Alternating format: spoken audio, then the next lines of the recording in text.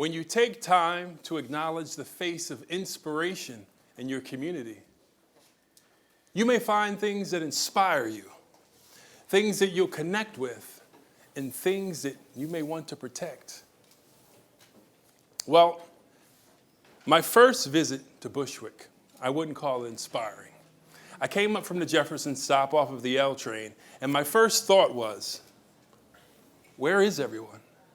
Keep in mind, this was some years ago, before bars and restaurants lined the streets, and before murals covered all of the walls.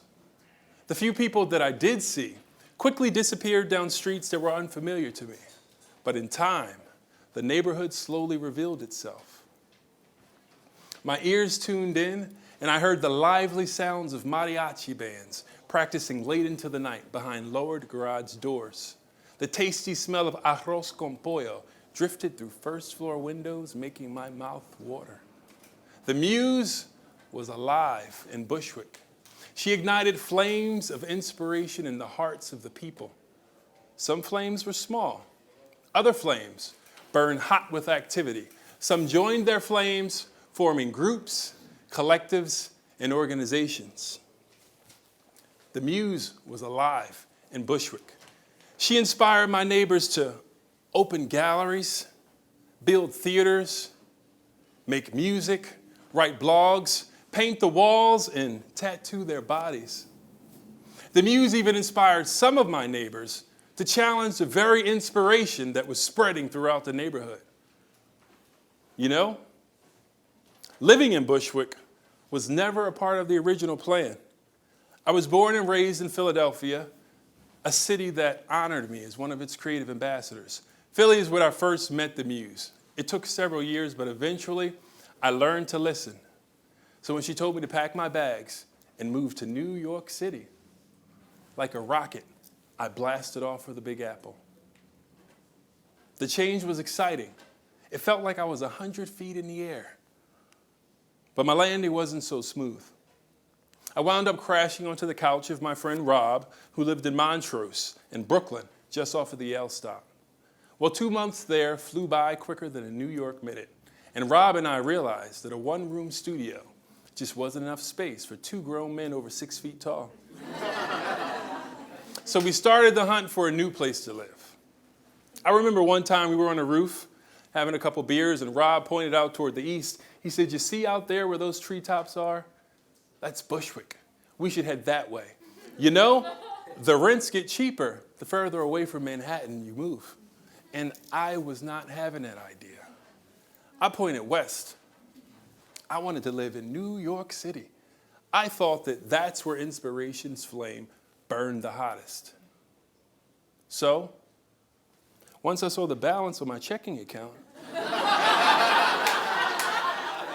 I realized that I would not be living in New York City. So, I wound up here, in Bushwick. I must warn you, the inspirational flames in Bushwick are contagious. I've seen people visit for the first time, reclaim their passion for the arts, and make a firm decision to move here before they finish their second beer. In the news that Bushwick is inspirational, this news traveled around the world, just as the tides of change were moving faster and faster. It was like a 50-foot wave coming right at us. It was so close, I could see the debris inside. A Harvard sweatshirt, a pair of Ray-Bans, a Louis Vuitton handbag. We were amazed at the size of the wave. I thought we'd get washed away. In truth, with the rising tides and jacked up rents, many people and their ideas did get washed away. There were Ray-Bans, trophy dogs, and Louis Vuitton bags everywhere. How could a community's inspirational flame survive this? But I guess that's just the way the world is, right? Right? Out with the old and in with the new. But does it have to be that way? How can we protect locally inspired people, the cultural contributors to our neighborhoods? the engaged block captain, the local entrepreneur, the directors of festivals and events, community leaders. We need them. It's their inspiration that helps local culture to flourish. It's their inspiration that brings others to our community. Can we acknowledge the systemic and economic benefits that their inspirational contributions cause and affect an entire community? What if cultural contributors were legally protected from being priced out of their own neighborhoods? Neighborhoods where they add so much value. What if? Bushwick is an emerging neighborhood. It's made from established residents and new residents. What kind of bridges can we build to help those two connect? A lot of dialogue about that.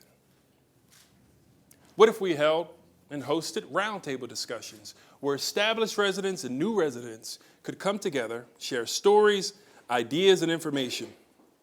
We can do this. We're experiencing a version of that idea right now, my friends. Diversity is the key. Well, once I connected with my community, I wanted to do something. I wanted to help protect it. So the Muse inspired me to launch the beta version of a digital media hybrid called Wickbush. Its purpose is to promote creative inspiration by focusing on the face of a neighborhood. It's food, arts, culture, and entertainment, along with the people who contribute to it. We published a map of local businesses and galleries, along with videos to share the fascinating stories of our neighbors. We've hosted roundtable discussions so established and new residents could come together. I remember one meeting was attended by a local school teacher, a fast-talking entrepreneur, an R&B vocalist, and a film festival director. Talk about diversity. There are many organizations in Bushwick that contribute to the community and add so much value to the culture. Organizations like Make the Road Foundation, Bushwick Food Co-op, Bushwick Star, Bushwick Film Festival, Arts in Bushwick, Bushwick Collective, Bushwick Daily, Nortemar, and there are many others. Before I forget, there's an interesting bit of information that's recently come to my attention that I'd love to share with you.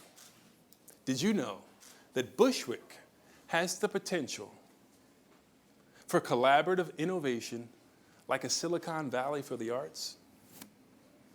Venture capitalists Victor Huang and Greg Horowitz published an award-winning book called The Rainforest. And inside, they lay a blueprint and share the ingredients of how one can help build and develop a thriving, innovative, collaborative culture. Some of the ingredients that they list are diversity within talent, people, and cultures. Leaders and champions for new ideas and initiatives. Activities and events that encourage participation in the community. And guess what? Bushwick has some of the main ingredients to be a diverse, collaborative, innovative culture. Now that's a reason to protect our inspiration. You never know. If you take the time to look at the face of inspiration in your own community, you might find something that inspires you. You might find something that you connect with, something that you want to protect. Because inspiration can lead to innovation, and innovation is what changes the world. And what's life without inspiration? No muse, no art. Thank you.